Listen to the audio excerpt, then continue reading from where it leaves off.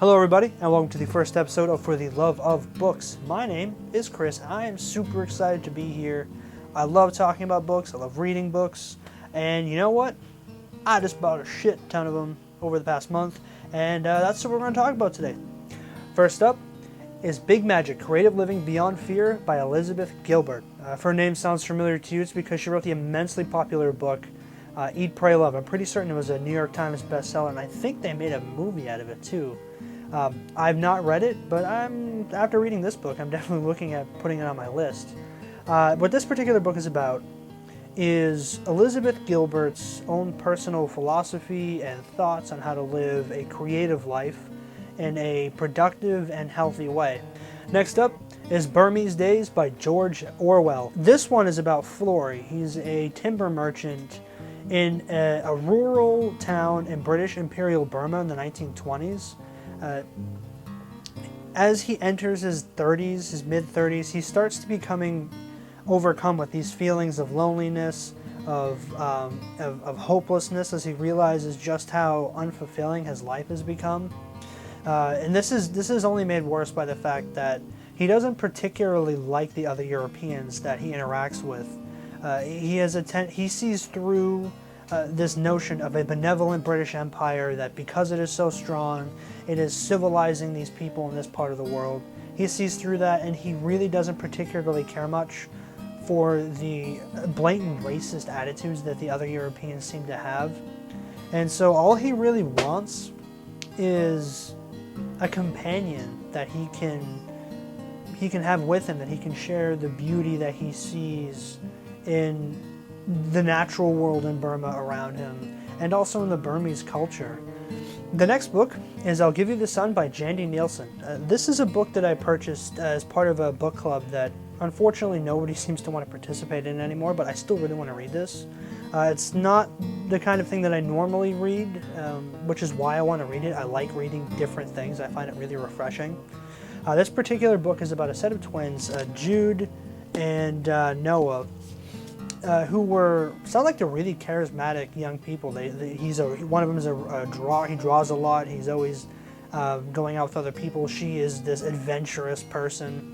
And over the next 3 years, from the next 2 years, from when they were 14 to 16, something kind of happens to destroy their relationship. And so this book is kind of about rebuilding their relationship as siblings. And that's kind of all I really know about. The next two books I bought are both nonfiction and kind of have similar subjects.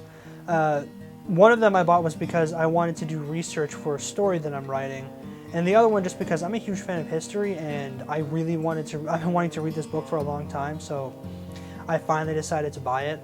The first one is The World Without Us by Alan Wiseman.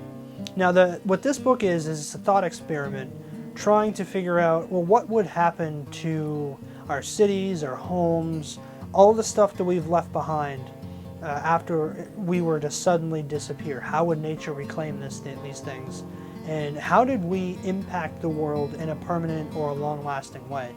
The next book is Guns, Germs, and Steel, The Fate of Human Societies by Jared Diamond. This book tries to answer the question, why is it that human history happened the way that it did? Why is it that Europeans conquered the West as opposed to, say, the Incas or the Maya or tribes from New Guinea? Why was it that it was Eurasia that had all of these scientific and technological developments at the pace they did as opposed to the rest of the world? That's the question that Jared Diamond tries to answer with this book, and so far it is absolutely fascinating. So these last two books are just something I bought at impulse because I saw them at my work. I bought Harry Potter and the Sorcerer's Stone and Harry Potter and the Chamber of Secrets, both paperbacks. I used to own them when I was a kid. I had hardcovers. I had up to the Order of the Phoenix, but I stopped reading.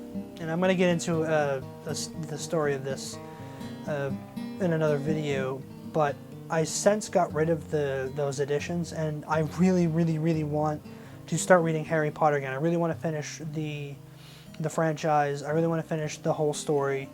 I've been wanting to do this before I heard that The Cursed Child came out, and now that it's out, I really, really, really want to do it. Alright, so that was all the books that I bought this past month. So yeah, if you guys have any thoughts, comments on the books that I bought, feel free to leave your thoughts below. I love hearing other people's opinions on things. And if you like this video, please feel free to like and subscribe. See you guys next time.